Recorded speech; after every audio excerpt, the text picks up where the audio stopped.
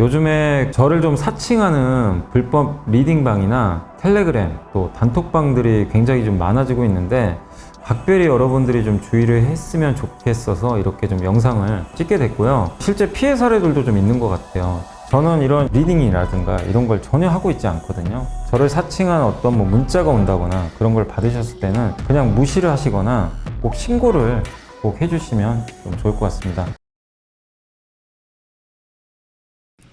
네, 안녕하세요. 이베스트 투자증권의 염승환 이사입니다. 오늘 2024년 1월 16일 시장 함께 읽기 시작을 하겠습니다. 정말 오늘도 증시가 그래서 좀 기분 좋은 멘트를 저도 해드리고 싶은데 요즘엔 너무 분위기가 안 좋고 사실 이게 꼭 경제적인 것보다도 오늘은 보니까 정치 이슈 때문에 시장이 좀 안 좋은 것 같아요. 그러니까 양안 관계, 그러니까 대만과 중국이 지금 이번에 총통 선거 끝나고 나서 좀 긴장 관계 조성되지 않을까 이런 이제 지정학적 리스크.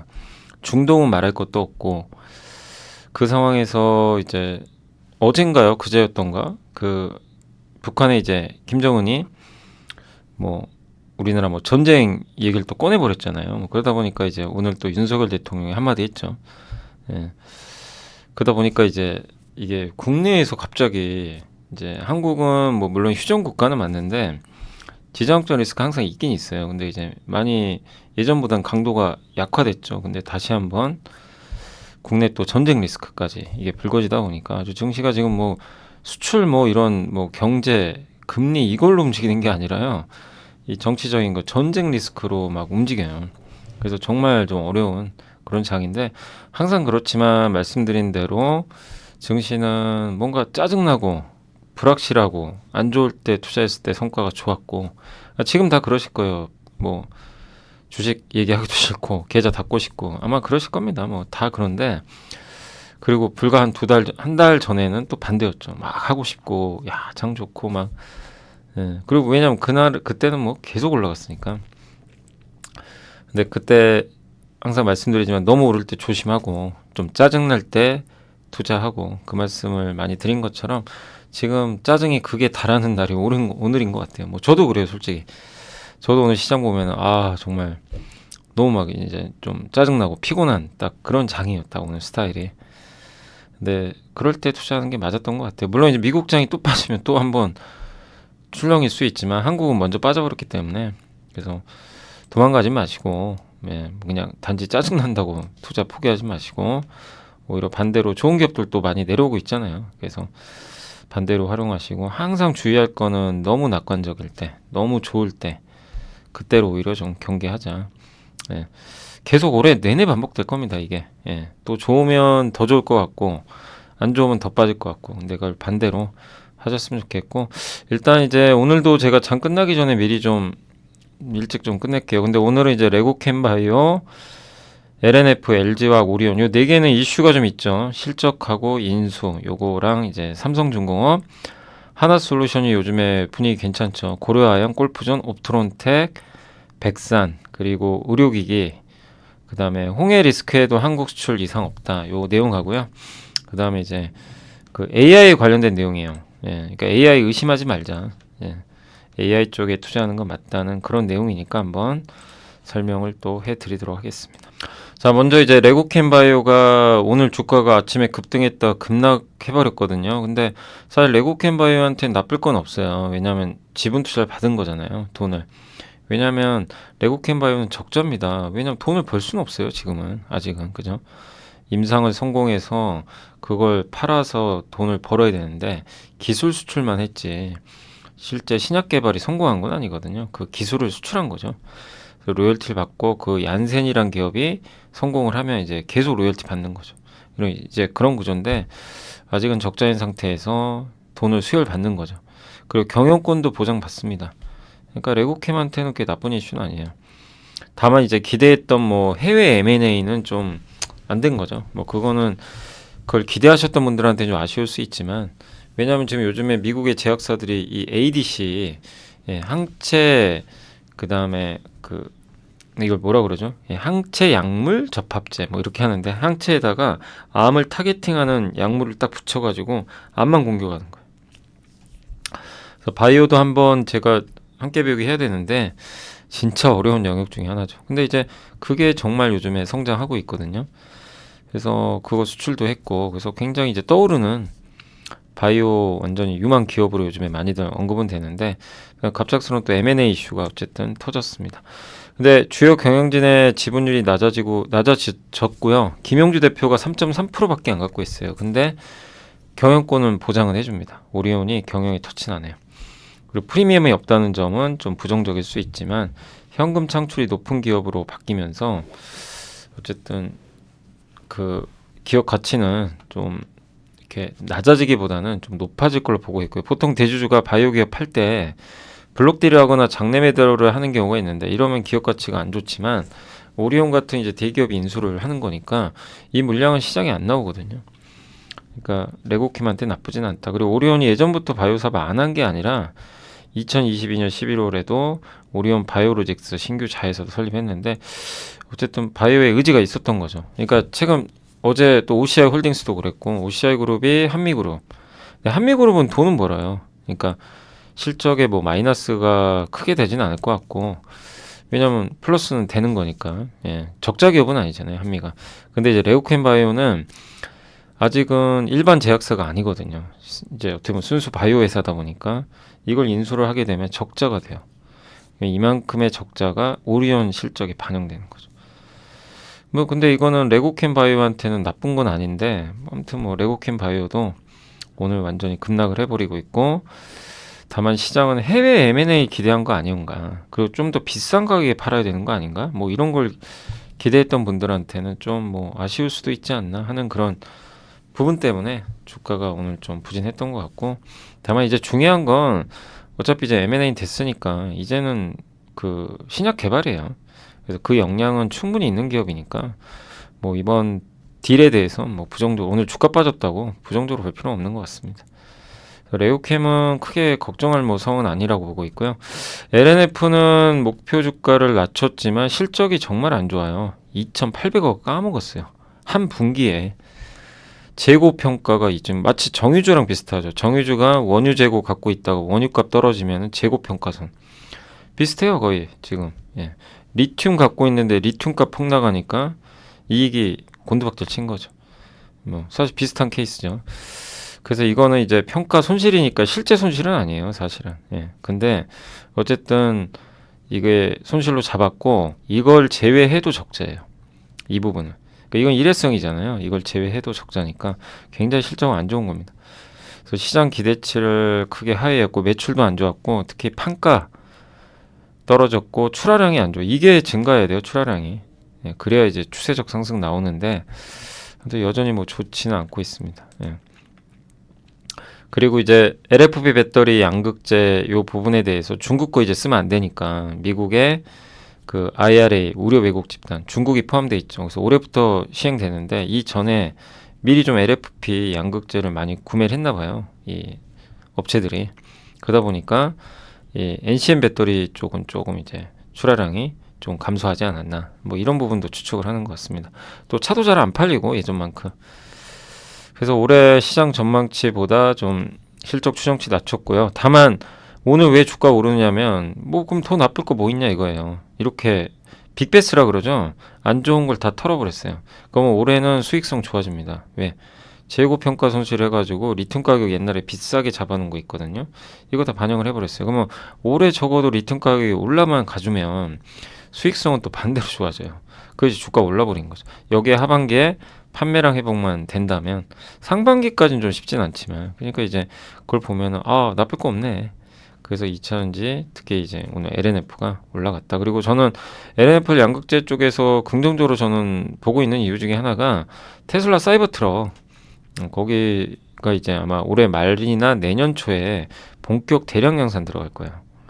예, 그렇게 또 예전에 일론 머스크가 또 언급도 했기 때문에 보면 시간이 지나면 LNF한테 유리한 구조로 갈 것 같습니다. 다만 여전히 실적은 안 좋고 또 1분기 실적도 한 번 더 확인해야 되고 또 최근에 거래소 이전 때문에 한번 급등했거든요. 이런 건 뭐 주가 이미 한 번 또 올랐기 때문에 단기적으로는 투자에 조금 주의하셔야 됩니다. 그래서 오히려 급락할 때 기회를 노리시고 급등할 때는 그냥 관망하시고 예. 아직은 시간이 많이 필요합니다. 본격적으로 살아나려면. 다만 올해 하반기는 좋아지는 분위기로 갈 것 같아요. 이런 모멘텀들이 있으니까. 그래서 최악은 좀 지나갔다, 이렇게 보셔도 좀 좋지 않을까 싶고요. LG화학은 목표 주가 역시 여기도 낮췄고 실적이 안 좋습니다. 그래서 4분기에 LG엔솔 안 좋았죠. 양극재 안 좋죠. 석유화학도 안 좋죠. 삼중고예요. 어디서 많이 들어본 단어죠. 삼중고면 주가가 좋을 리가 없죠. 그래서 올해는 하반기가 좋은 것도 아니고 중이라고 합니다. 그래서 좀 안 좋은 상황인데, 그래도 하반기에 얼티엄 셀즈 2공장이 가동이 들어가고 하반기에 LG엔솔이 원통형 전지 출하량을 증가시키니까 이거는 뭐 긍정적으로 봐야 되겠죠. 석유화학 업황도 하반기에 돌아서지 않겠냐, 약간 이런 부분이고, 왜냐면 금리가 꺾이니까. 그러나 좀 시간이 필요하다. 펀더멘털 개선이 이어져야 된대요. 그러니까 뭐냐면 양극재 사업부 업황 언제 개선될지 확인 필요하고, LG엔솔 지분 많이 갖고 있어서 지금 뭐합니까? 주가에 도움이 안 돼요. 그죠? 그러다 보니까 할인만 받고, 그래서 LG엔솔 지분을 어떻게든 활용해야 되는, 예. 아마 매각을 일부 할 거예요. 할 가능 세금 문제 때문에 그때 한번 설명드렸죠. 할 가능성이 있는데 뭐 아직은 뭐 얘기는 없고, 그래서 이 부분하고 석유화학 여전히 안 좋고, 그래서 시간이 좀 필요하다. 그래서 저는 뭐 더 나쁘게 보진 않습니다. 아까 LNF처럼 삼중고로 하락을 이미 또 하고 있기 때문에 주가는 이미 반영은 했고요. 다만 언제 좋아질 거냐 이거예요. 뭐가 좋아져야 올라가요. 그냥은 절대 안 갑니다. 좋아져야 돌리는 건데, 그게 이제 어떤 계기가 있어야 돼요. 예. 그래서 LG화학은 저도 시간이 약이다. 하반기를 본다면 괜찮으시겠지만 좀 시간은 필요할 수밖에 없다. 그래서 당분간 부진한 주가 흐름은 불가피할 것 같습니다. 그래서 지금 그냥 버티는 구간이지 뭐 여기서 바로 좋아지거나, 예, V자 반등은 좀 시간이 필요하다는 것만 염두에 두시면 되겠고, 그 V자 반등을 하기 위한 뭔가가 나와줘야 됩니다. 예, 그걸 좀 기다리는 구간 같고요. 오리온은 정말 주주분들은 정말 황당하실 것 같아요. 어쨌든 레고캠 바이오가 괜찮은 기업이에요. 저는 기업 자체 인수는 나쁘지 않다고 평가하는데, 문제는 이 오리온을 투자하신 분들은 바이오 투자하려고 한 게 아니잖아요. 그죠? 아니, 나는 오리온을 제약 지금 글로벌로 오리온만큼 또 잘하는 회사 별로 없잖아요. 많지가 않죠.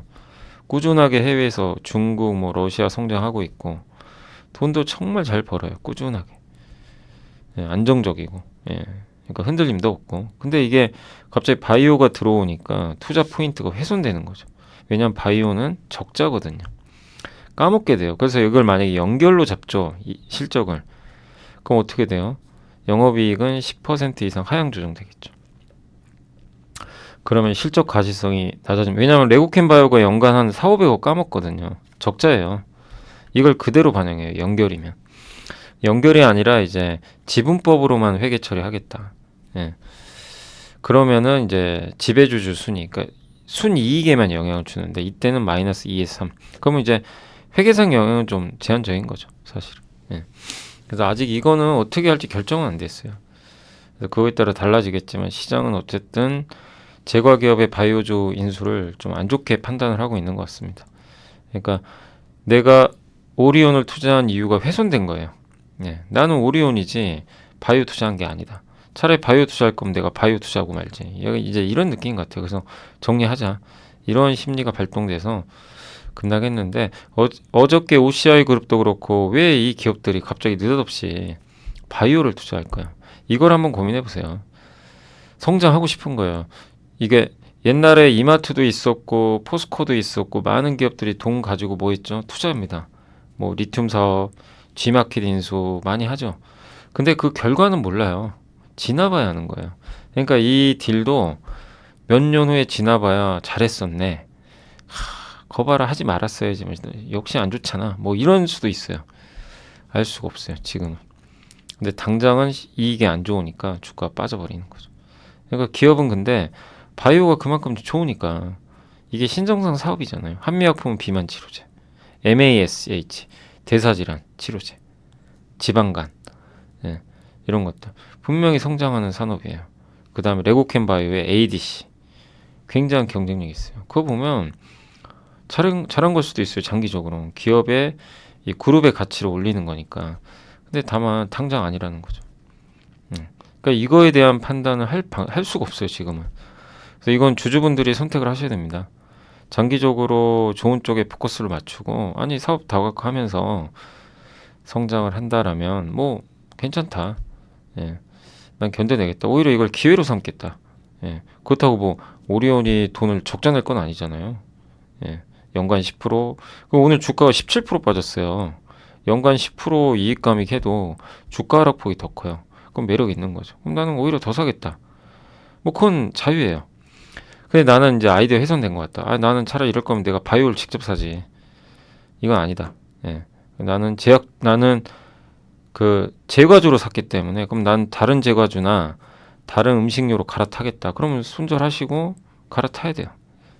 이거에 대한 정답을 누가 알겠습니까? 그죠? 미래를 어떻게 한다고. 그래서 그걸 좀 고민을 해보세요. 예. 그래서 주주분들은 선택을 좀 하셔야 될 것 같아요. 근데 다만 분명한 건 단기적으로 주가는 부진하겠죠. 예. 이렇게 된 이상 단기적으로 주가가 좀 오르기는 당분간은 어렵겠지만 거기에 대한 의사결정은 그러니까 내가 좀 짧은 관점에서 볼 건지 아니면 나는 단순히 음식료만 투자한 건데 그래서 이거 아니다. 그럼 아이디어 훼손 맞아요. 그럼 정리하시는 거고. 예. 그게 아니라면 끝까지 버티시고 오히려 더 투자하는 거예요. 예. 긍정적으로 보시는 분들은. 거기에 대한 고민은 좀 필요할 것 같습니다. 근데 저는 글쎄요, 이게 뭐 엄청난 악재 같지는 않은데, 예. 근데 어쨌든 오늘 시장은 정말 너무 예민하게 좀 반응을 하는 것 같습니다. 근데 왜 빠지는지는 아시겠죠? 예. 이익에 대한 불확실성이 커졌다. 이렇게 보시면 좋을 것 같습니다. 그러니까 OCI 홀딩스도 비슷해요. 근데 OCI 홀딩스 좀 다른 게 한미약품은 흑자 기업이라서 이익 감소 요인은 아니거든요. 근데 이제 덩달아 빠져버리네요, 그냥. 분위기가 그러다 보니까. 어쨌든 좀 그런 상황인 것 같고, 삼성중공업은 뭐 어제 한국조선해양도 한번 보고서 보여드렸지만, 일단 조선업종에 대해서는 올해 실적은 좋게 보고 있어요. 다만 수주에 대한 우려는 있는 거죠. 근데 연초에 수주는 잘하고 있는 것 같고요. 삼성중공업은 올해 실적 좋을 것 같고 4분기엔 804억 흑자 낼 것 같고요. 그 다음에 LNG 화물창 관련 소송이 있었죠, 저번에. 그래서 이게 불확실한데 충당금 설정은 할 겁니다. 그래서 이걸 빨리 하는 게 좋아요. 그래야 불확실성이 해소되니까. 그래서 저거 런던 중재법원은 저건 구속력은 없습니다. 예, 저도 대로 무조건 뭐 갚아야 되는 건 아닌데 국내 1심 결과는 한국가스공사가 삼성중공업에게 배상하는 걸로 알려져 있거든요. 그래서 이겼죠. 근데 이제 2심도 할 것 같은데 2심에서 어떻게 될지는 좀 봐야 될 것 같고요. 다만 충당금은 좀 쌓을 수 있다. 이렇게 보시면 되겠고 그 다음에 하반기부터 본격적으로 뭐 일단 이제 그 LNG 이 운반선이라는 이런 것들을 예, 계속해서 건조를 뭐 동시에 하게 되면서 실적 계속 좋아질 것 같고 또 이 회사가 그쪽에 좀 강점이 많잖아요. 그 뭐죠? 해양 플랜트. 예. 그래서 해양 플랜트 수주도 지난해 좀 일부 있었고 올해도 기대를 하고 있는 것 같습니다. 그래서 뭐 LNG 운반선, 탱커, 원유 운반선, 암모니아 운반선, 해양 플랜트 이런 쪽에 대한 예, 수주가 늘어나면서 올해 컨테이너선은 수주가 감소하겠죠. 이걸 채우고도 남지 않겠냐라는 내용이니까 참고하시면 좋을 것 같습니다. 다만 시간은 좀 걸릴 것 같아요. 요 소송 관련 충당금 요거를 빨리 결론을 내줘야 주가가 좀 의미 있게 반등하지 않을까라고 생각은 하고 있습니다. 하나솔루션은 요즘에 분위기가 좋은 게요. 목표 주가를 대부분 올리고 추정치로 올리고 있어요.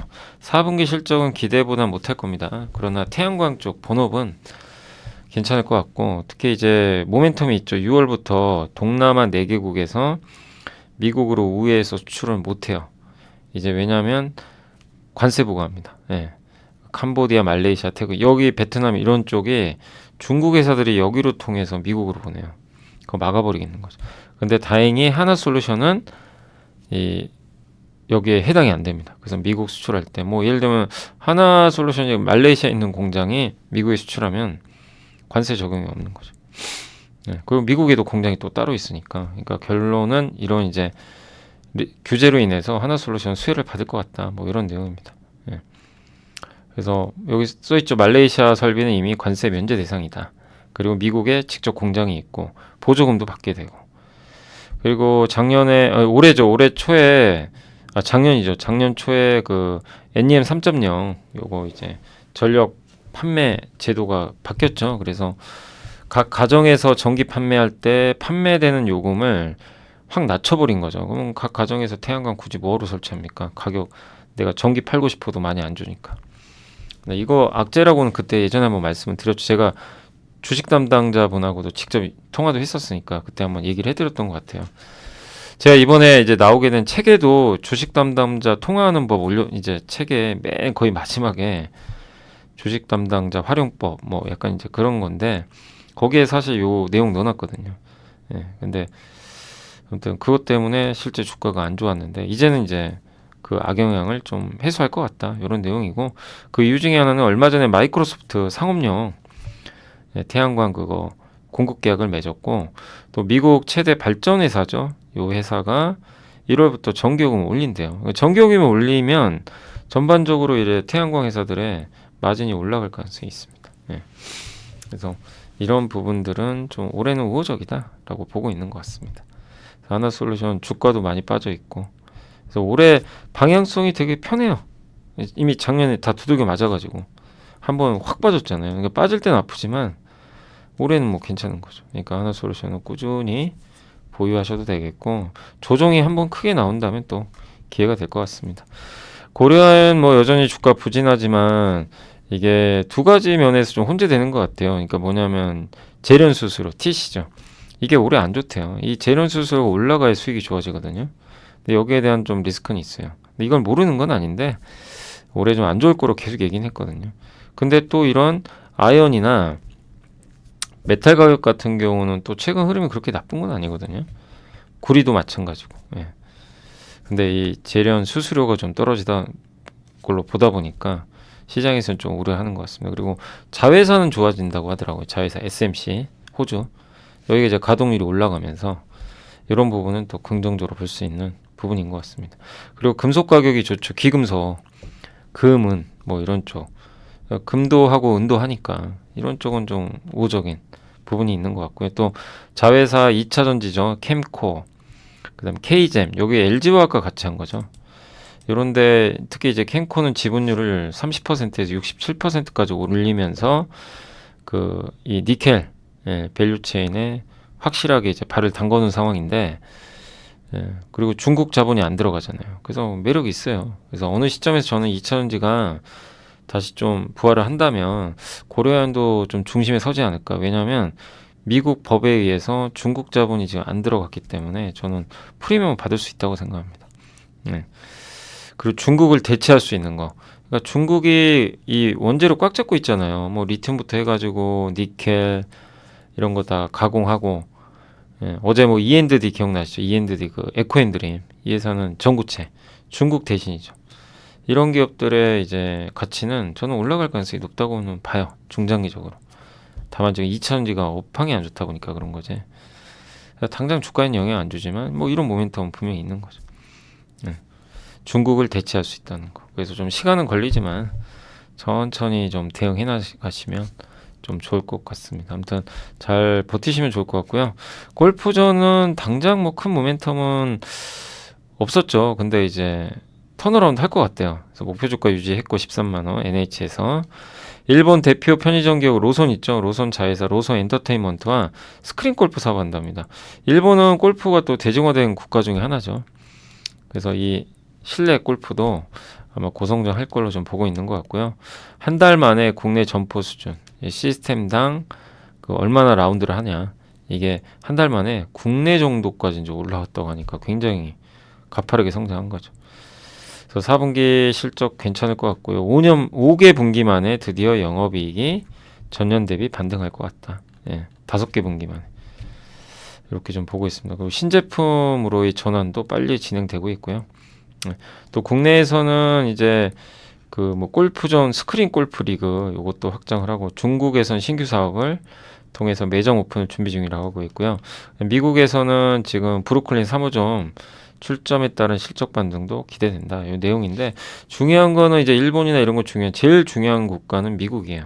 미국의 성과가 나와야 돼요. 그러면 주가는 많이 오를 것 같은데 그건 뭐 확인 필요하죠. 그래서 당분간 주가는 오르락 내리락 할 것 같고 바닥은 다진 것 같고요. 그래도 실적 좋아지고 주가도 저평가돼 있고 다만 미국 실적에 따라서 주가가 뭐 확 계속 올라갈지 정체될지는 결론이 날 것 같습니다.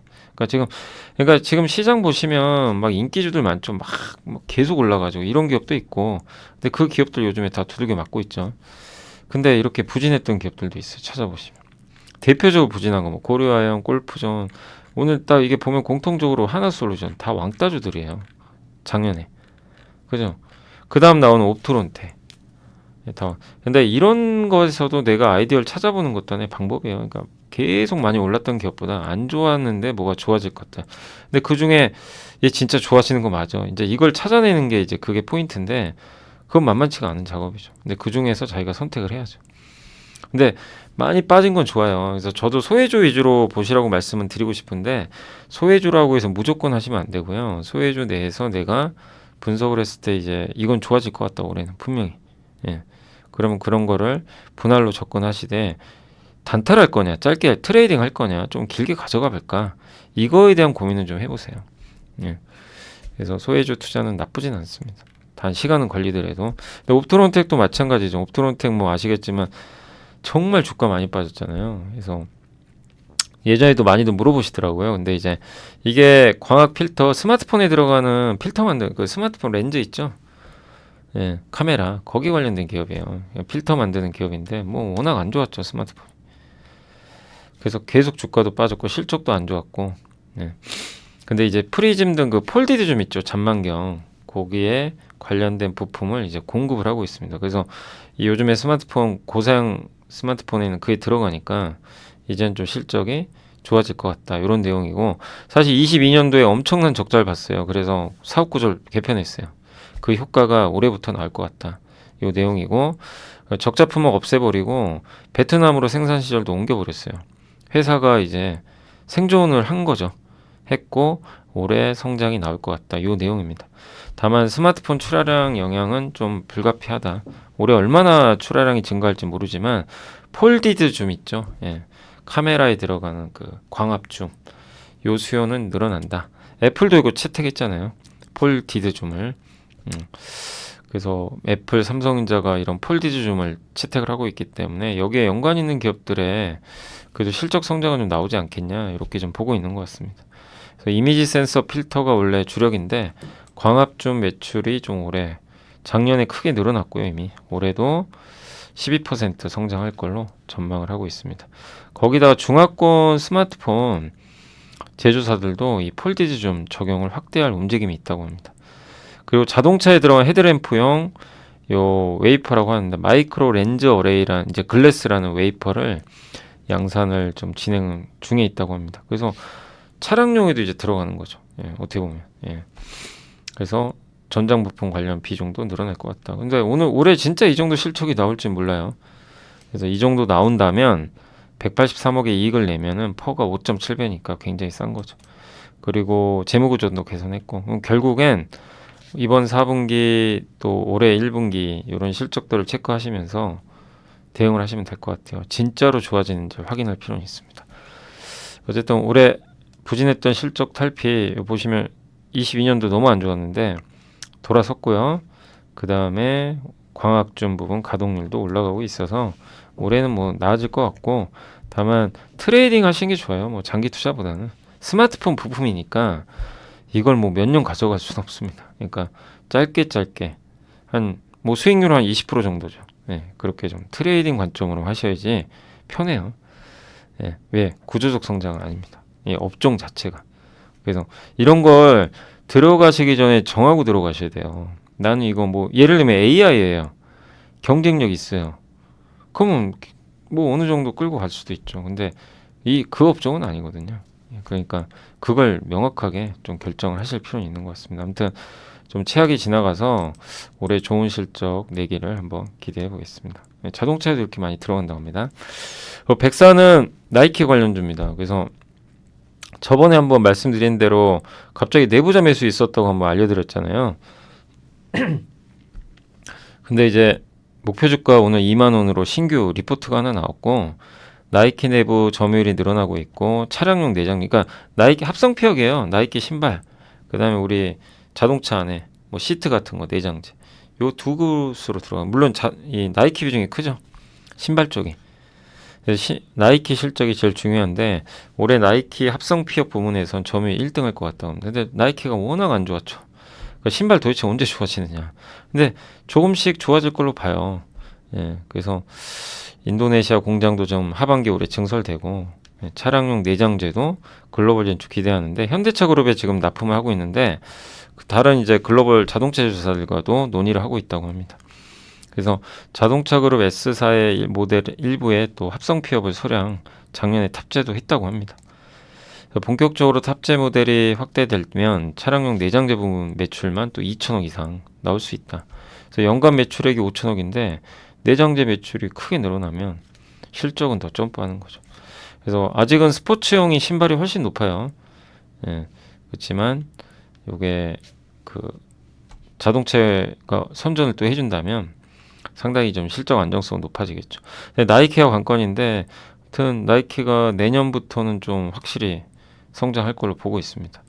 예, 자동차 쪽도 좋아지고. 그러니까 이게 맞는 내용이면 지금 주가 굉장히 저밸류거든요. 완전히 많이 빠져 있죠. 무릎 이하예요. 최근에 좀 올랐었는데 기회가 되는 거죠. 이것도 완전 왕따주죠. 왕따주인데 이런 내용을 보고 맞을지 안 맞을지는 뭐 누가 알겠습니까? 근데 이런 내용들에 동일해서 내가 분석을 해봤더니 충분히 지금 설사 안 맞더라도 밸류가 낮고 잃을 게 없어 보이면 투자를 하는 거고, 그거에 대한 내가 동의를 못하면 안 하면 돼요. 근데 핵심 포인트 뭐죠? 나이키예요. 저는 나이키로 봐요. 나이키가 언제, 근데 신발 쪽은 전 돌아설 거로 보거든요. 예. 그동안 재고 조정도 좀 어느 정도 한 상태고, 그러니까 점진적으로, 그리고 미국의 금리 낮아지고, 사실 신발 쪽 되게 실적 안 좋았잖아요, 지난 몇 분기 동안. 그래서 올해 하반기 되면 나아지지 않을까, 그렇게 본다면 백선도 예, 방향성은 나아지는 거죠. 예, 그러면 백선도 한번 트레이딩 관점으로 괜찮죠. 왜냐하면 이것도 구조적 성장은 아니에요. 근데 물론 이제 백산 같은 기업이 차량용 내장재에서 구조적 성장이 나온다, 그러면 장기 투자해도 되죠. 예, 그렇지만 그건 뭐 할 수는 없는 거고.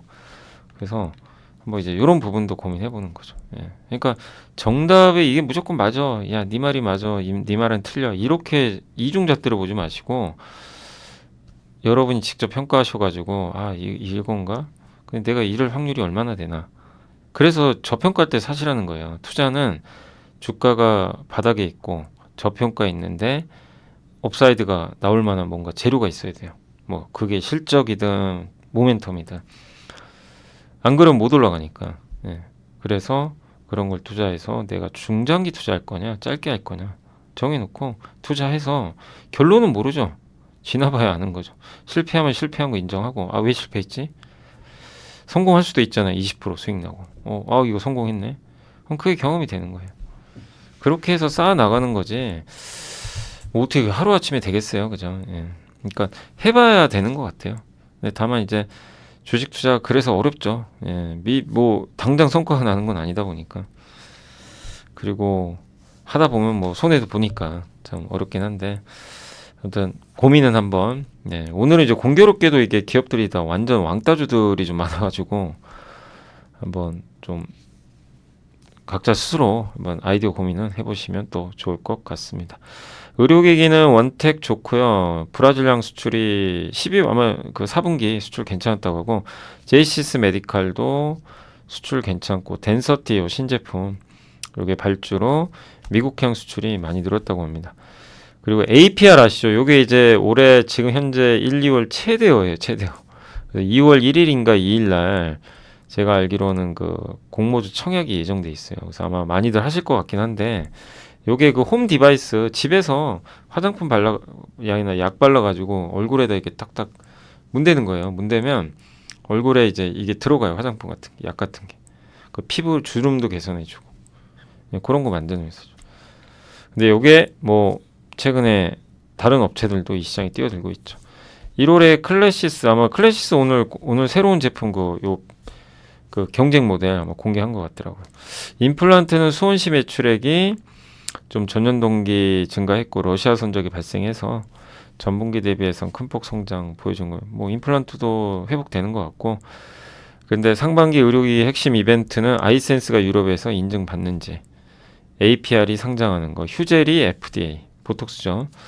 클래시스가 브라질의 새 제품을 허가받는지 이런 것들이 중요한 이벤트인데 탑픽은 아이센스고요. 파마 리서치 유지하셨고 APR 성장으로 관심 종목은 좀 이루다라고 적어주셨고 그 다음에 연소결당 측정기가 아마 카카오 헬스케어 파스타란 앱이 출시하면서 핵심 제품이 될 것 같다. 뭐 이런 내용인 것 같습니다. 그래서 올해도 의료기기 쪽은 잘 공부해서 볼 필요는 있고 주가 안 좋을 때 투자하세요. 항상 이쪽 섹터도 팍팍팍 빠져서 짜증나고 이럴 때 미리 좀 공부하셔가지고 좋은 기업들 선별해서 투자하시면 성과 괜찮은, 왜냐면 이쪽은 성장 산업이에요. 피부 미용 의료기기 성장해요. 예, 그러니까 안 좋을 때 투자하면 되게 성과가 좋을 수밖에 없어요. 그리고 APR 청약 2월 1일, 2일에 있고요. 그 다음에 요거랑 이제 비슷한 걸 지금 뭐 만드는 업체들이 뭐 동국제약도 해요. 그 마데카 프라임 아시죠? 마데카 프라임이 뭐 금액은 매출은 작지만 하고 있고 이루다. 그리고 휴젤은 아직은 저는 좀 지켜만 보셨으면 좋은 게, 왜냐면 메디톡스하고 소송이 아직 안 끝났잖아요. 그래서 ITC에서 소송 결과가 올해 6월인가 아마 나올 거예요. 그때까지는 뭐 결론은 뭐 우리가 어떻게 알겠어요, 그죠? 예, 그러니까 그 리스크가 있으니까 조금 아직은 지켜만 보는 게 맞지 않나 싶습니다. 자, 그리고 대신증권의 김정은 연구원님이 한국 수출 이상 없다. 홍해 리스크가 있어도, 왜냐하면 우리나라 수출의 대부분이 항구로 가요. 배를 띄워서 항공 수출 28.7입니다. 근데 단일 품목 중에서 제일 비중이 큰 거는 반도체. 반도체는 98%가 항공으로 가요. 작으니까 굳이 배에 실을 필요가 없어요. 석유화학, 자동차, 선박, 철강은 차에 실을 수가 없어요. 아니 비행기에. 그래서 이거는 배에다 싣습니다. 근데 그렇기 때문에 영향을 많이 안 받을 거래요. 홍해로 지나가는 비중이 얼마 안 된대요. 특히 석유 제품이 제일 많이 배로 수출을 하는데 그중에 그 홍해 쪽으로 가는 거는 유럽의 네덜란드 노선밖에 없어요. 여기는 2.7%밖에 안 돼요. 영향 얼마 없고, 자동차, 선박, 해양 구조물 2차전지 이쪽도 중동과 유럽 국가들이 일부 있지만 비중은 크지 않아요. 대부분 미국 쪽으로 많이 가죠. 예. 그래서 홍해 리스크는 뭐 그렇게 영향 크지 않다. 예, 다만 기업의 비용이 올라가죠. 운임비도 올라가니까 이건 좀 악재지만 크게 염려할 좀 상황이죠. 그러니까 이런 거죠. 뭐 홍해 리스크가 터져서 우리나라 선박들이 거기 못 가고 배가 유럽으로 못 가고 이래서 우리나라 수출에 큰 타격이 있을 거다. 그건 아니라는 겁니다. 예. 그 얘기를 해드린 거예요. 왜? 우리나라 수출의 주력은 반도체인데 얘는 비행기로 가고, 그리고 설사 석유화학 제품은 100% 배로 가는데 이 제품도 네덜란드 가는 것만 거기 하나 딱 해당되지, 그것도 비중이 2%밖에 안 돼요. 다 홍해랑은 상관이 없는 지역이니까 너무 뭐 극단적인 리스크로 보실 필요는 없는 것 같습니다. 또 운임지수가 올라가는 건 안 좋고요. 항공유는 많이 떨어져서 괜찮고, 요게 석유 제품부터 자동차 이쪽은 항공 수출 비중이 없죠. 근데 IT 제품, 반도체까지는 엄청나게 많은 거를 항공 수출을 하는 거죠. 예. 그리고 석유 제품 중 수출 상위 10개 국가인데 네덜란드가 이제 그쪽 지역이거든요. 나머지는 홍해랑 상관이 없어요. 예. 그 자동차 마찬가지. 미국이 제일 많죠. 선박 수출은 마샬 제도, 라이베리아, 뭐 싱가포르 뭐 이 정도인데, 여기도 뭐 싱가포르를 우리가 홍해로 가는 건 아니잖아요. 영향 제한적이고 2차원지도 절반은 미국 갑니다. 그래서 큰 영향은 없지 않겠냐, 이런 내용으로 보시면 되겠고, 마지막으로 NH의 나정환 연구원님이 고도로 발전된 기술은 마술과 구별할 수 없다. AI를 활용한 수익화가 예상보다 더디면 AI 모멘텀이 소멸되고, 그러니까 이런 얘기 아마 들어보셨을 거예요. 이제 AI 좀 조심해라. 이미 주가는 올랐고 소멸될 거 아니냐. 우리 뭐 옛날에 메타버스도 그러지 않았냐. 막 약간 이제 이런 논리들이죠. 근데 그거에 반박하시는 거예요. 1990년대 인터넷 처음 나왔을 때도 대중화가 바로 이루어지진 않았거든요. 오래 갔죠. 그래서 올해부터 AI 대중화는 이미 시작이 될 텐데 긍정적으로 보자는 그런 얘기고, www. 뭐 이렇게 시작하죠. 우리나라 이 홈페이지 주소가. 이게 1989년 말에 나왔지만 실제 대중화된 건 인터넷이 95년부터입니다. 맞아요. 그때부터 이제 인터넷이 본격적으로 대중화되기 시작했죠. 예. 우리는 좀 늦었지만 미국 같은 경우는. 나스닥이 그때부터 1995년부터 2000년 IT 버블 전까지 매년 20%씩 올랐어요. 엄청났죠. AI, 그러니까 이 인터넷 때문에. 인터넷과 PC가 결합이 돼가지고 나스닥 기술주가 많이 올랐죠. 그때 우리 삼성전자가 1등 했잖아요. 반도체. PC용 반도체로. 예. 근데 지금 기업들이 왜 AI를 도입하죠? 그 이유가 이윤극대화하려고 그런 거죠. 그래서 일반 종업원 대신에 응시점에서 키오스크나 테이블에 설치된 태블릿이 QR코드. 제가 어제 한 식당에 갔는데 거기 삼겹살집이거든요. 근데 갔는데 놀란 게요. 메뉴판도 없어요. 태블릿 PC도 없어요. 딱 봤더니 앞에 QR코드가 있어요. 그래서 그걸 딱 찍었는데 거기 내 핸드폰에 메뉴가 뜹니다. 그런 시대예요. 예. 그러니까 다 이제 자동화, 예. 뭐 시키는 좀 부분으로 가고 있고 이게 다 비용 절감 때문이죠. 그래서 사람을 대신하는 AI를 도입하는 사례는 더 늘어날 수밖에 없고 AI 도입하면 비용 줄죠. 복리, 후생, 뭐 교육 채용 안 해도 되니까.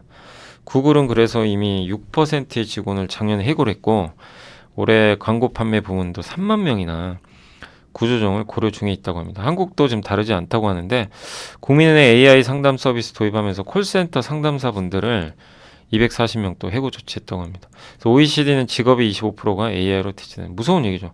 사실 우리 내 일자리가 없어지면 어떡하지? 이거는 정말 또 무서운 일이에요. 그런다고 이걸 회피할 수 있는 것도 아니고 기업들은 돈 벌어야 되거든요. 그러다 보니까 계속해서 채용보다는 AI를 도입할 가능성은 높을 수밖에 없는 것 같습니다. 근데 AI가 대체 못하는 것도 많이 있지만 뭐 반복적인 업무라든가 이런 것들은 대체할 가능성이 높죠. 그 AI는 생산성을 높이죠. 그래서 영화 제작이나 게임 개발 AI가 완벽하게 할 수는 없어요. 사람이 들어가야 되는데 도와주는 거죠. 저는 이런 형태로 많이 갈 거로 봐요. 사람은 완전히 대체하는 것보다는 그건 너무 많이 걸릴 것 같고 시간이 사람 옆에서 도와주는 거, 예, 그런 쪽으로 가지 않을까. 근데 AI가 너무 복잡한 업무는 못한대요. 오히려 효율이 떨어지죠, 이런 경우. 그래서 저숙련 AI는 또 이 숙련도가 낮은 사람들을 고숙련자로 올려줄 수도 있어요. 그래서 장점도 많이 있어요, 분명히. 그리고 GPT 스토어가 출시돼서 정말 많은 스토어, 앱 스토어랑 비슷하죠, 애플에. 그럼 대중화되는 거예요. 그래서 우리가 컴퓨터 언어 몰라도 코딩 가능하고 텍스트만이 아니라 PDF, 음성, 사진까지 다 활용 가능합니다. AI 기대감이 과하다는 의견도 많이 있지만 당연히 대중화 시간 걸릴 수도 있어요. 그러나 이렇게 챗GPT 나오고 GPT 스토어까지 나온 거 보면 저는 생각보다 빨리 대중화 된다고 보고 있어요. 그래서 한국에서 제일 적극적인 회사가 저는 삼성 SDS랑 네이버로 보거든요. 한국이 제일 적극적인. 근데 삼성 SDS는 기업형이죠. 그래서 우리 한번 공부해봤죠. 함께 배우기 위해서. 그래서 AI 클라우드 플랫폼, 클라우드를 통해서 AI 서비스를 같이 제공하는 거죠. 패브릭스. 그 다음 업무 협업, 브리티 코파일럿. 이런 것들을 공개했고 회의할 때 회의록도 적어주고. 삼성 SDS가 테스트를 해봤더니 저 브리티 코파일럿을 사용하니까 직원당 4.9시간을 월 기준으로 회의 및 메일 작성하는 시간을 줄였다고 합니다. 굉장히 큰 시간이죠. 그래서 AI 대중화는 이미 좀 시작됐다. 그래서 단지 이제 초입 국면에서 많이 올랐다는 이유만으로 이걸 이제 끝났다. 뭐 좀 쉬어간다. 뭐 모멘텀 소진됐다. 이렇게 볼 필요는 없는 것 같습니다. 인터넷 대중화되면서 5년. 이게 그래서 저는 자꾸 AI 공부를 지금도 열심히 하잖아요. 근데 AI가 하나가 아니잖아요. 너무 많죠. 분야들이. 그래서 의료 AI 이번에 하고 있지만 제가 지금 의료 AI 기업들 지금 자료 만들고 있거든요. 와, 장난이 아닙니다. 정말 뭐 루니, 뷰노, 뭐죠 또 JLK 뭐 이런 기업들이 있는데 어려워요, 되게. 예, 의료 쪽이다 보니까. 근데 정말 엔비디아가 이제 의료 AI 쪽으로 가는 것처럼 의료 AI도 정복해야 할 대상이에요. 근데 그만큼 이렇게 뻗어나갈 게 되게 많아요. 로봇도 있고, 그죠? AI라는 게 차율주의. 어제 제가 메리츠 증권의 김준석 연구원님 멘트도 제가 한번 이제 요약해서 알려드린 것처럼 다 이게 AI 기반이에요. 결론은. 근데 이거를 공부 안 하고 투자하겠다. 이건 말이 안 되는 거죠. 그러니까 기본적으로 AI 공부는 무조건 해야 된다, 저는. AI랑 반도체가 기본이 돼야 돼요. 예. 그래야만 저는 좀 이게 보이지 않을까 해서 이렇게 말씀을 드리는 겁니다. 자, 아무튼 요거는 이제 ETF라고 하니까 그냥 참고만, 뭐 국내 ETF랑 해외 ETF라고 하네요. 그래서 요 부분은 그냥 참고만 해주시면 좋을 것 같습니다. 그 다음에 어제 내부자 매수는 오랜만에 있었고, 코오롱인더의 김영범 대표님이 요새 이 회사도 주가 안 좋죠. 네, 8,500만 원 좀 매수를 했고요. 전자공시는 어제 현대중공업이 가스 운반선, SN코가 이게 자동화 장비 만드는 걸로 알고 있어요. 공장에. 한국타이어 자동화 창고 구축 했고, 그 다음에 아까 오리온, 네, 오리온은 뭐 주가 안 좋았지만 이런 공시들이 있었으니까 참고해 주시면 좋겠습니다.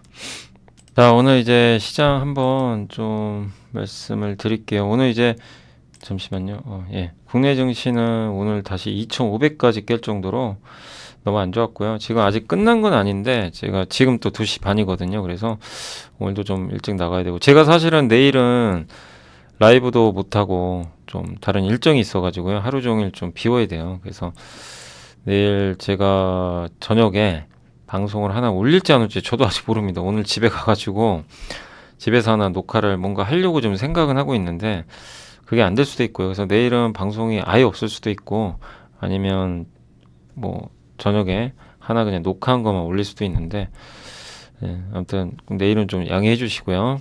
예, 근데 어쨌든 지금 증시가 너무나 좀 안 좋고, 예, 오늘도 뭐 장이 어제 막판에 좀 들어 올리긴 했는데 오늘도 좀 그랬으면 좋겠는데 오늘 쉽지 않습니다. 어제보다 더 분위기가 안 좋고요. 뭐 코스닥은 좀 버티고는 있는데 뭐 역시 분위기 좋은 건 아닙니다. 이유가 아까 말씀드린 전쟁 리스크 때문에 그래요. 국내도 지금 전쟁에 대한 좀 약간 리스크가 좀 커지다 보니까 좀 주가가 흔들리고 있습니다. 그래서 오늘 아까 뭐 있죠? 이 빅텍이었나요? 제가 알기로는 빅텍 올라가서 우리나라 증시가 좋았던 경우 별로 없는데, 예, 이 기업이 오늘 막 주가 급등해 버렸잖아요. 그래서 예, 예, 빅텍 요즘에 좀 움직이죠 또. 빅텍 올랐을 때 시장이 10월도 마찬가지였죠. 예.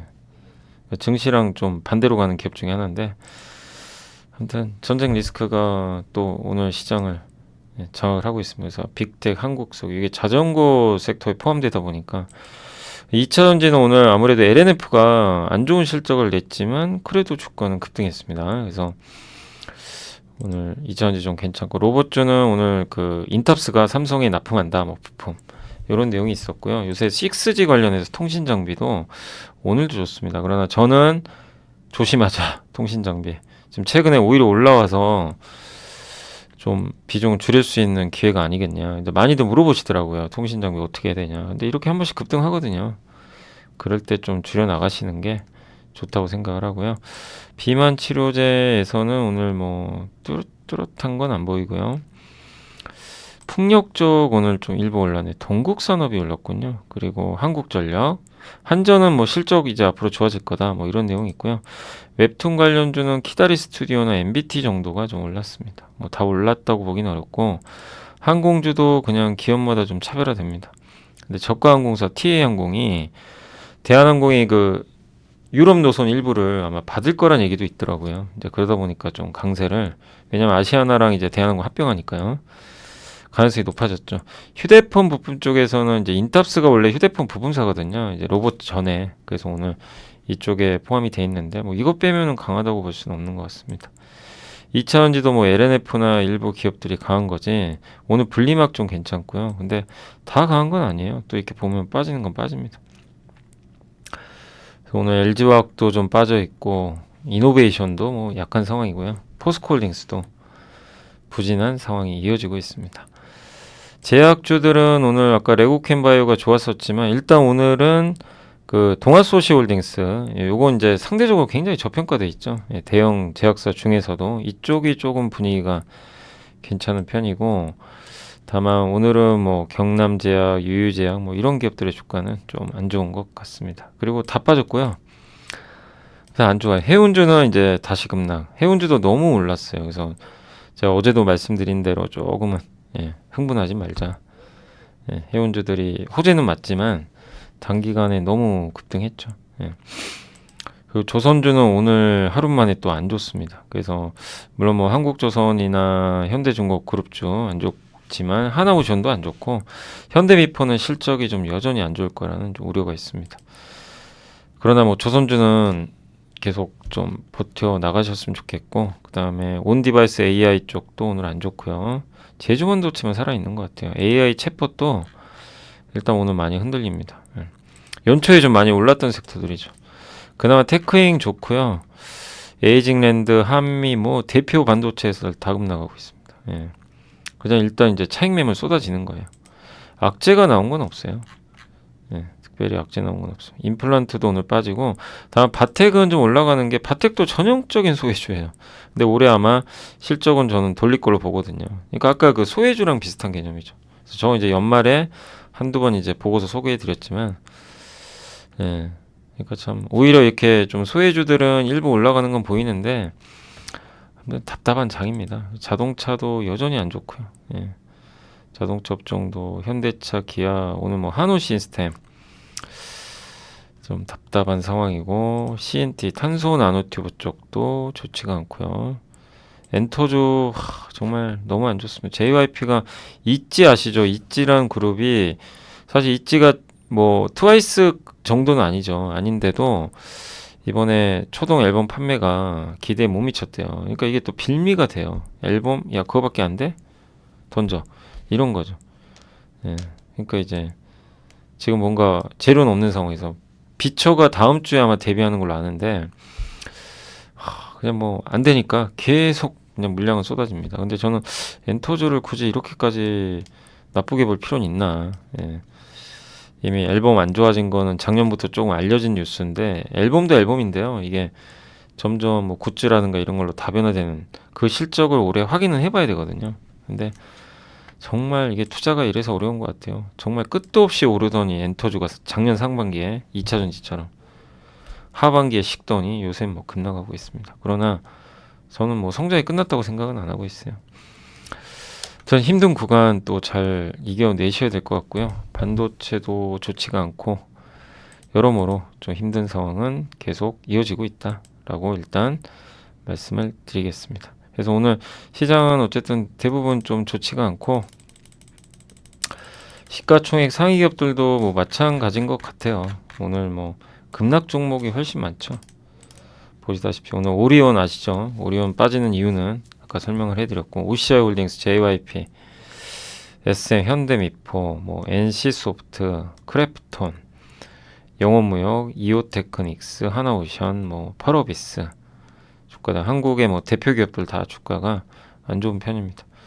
현대글로비스는 오히려 운이 몰라서 수혜주로 볼 수도 있는데도 뭐 전혀 주가는 반응 안 하는 것 같고요.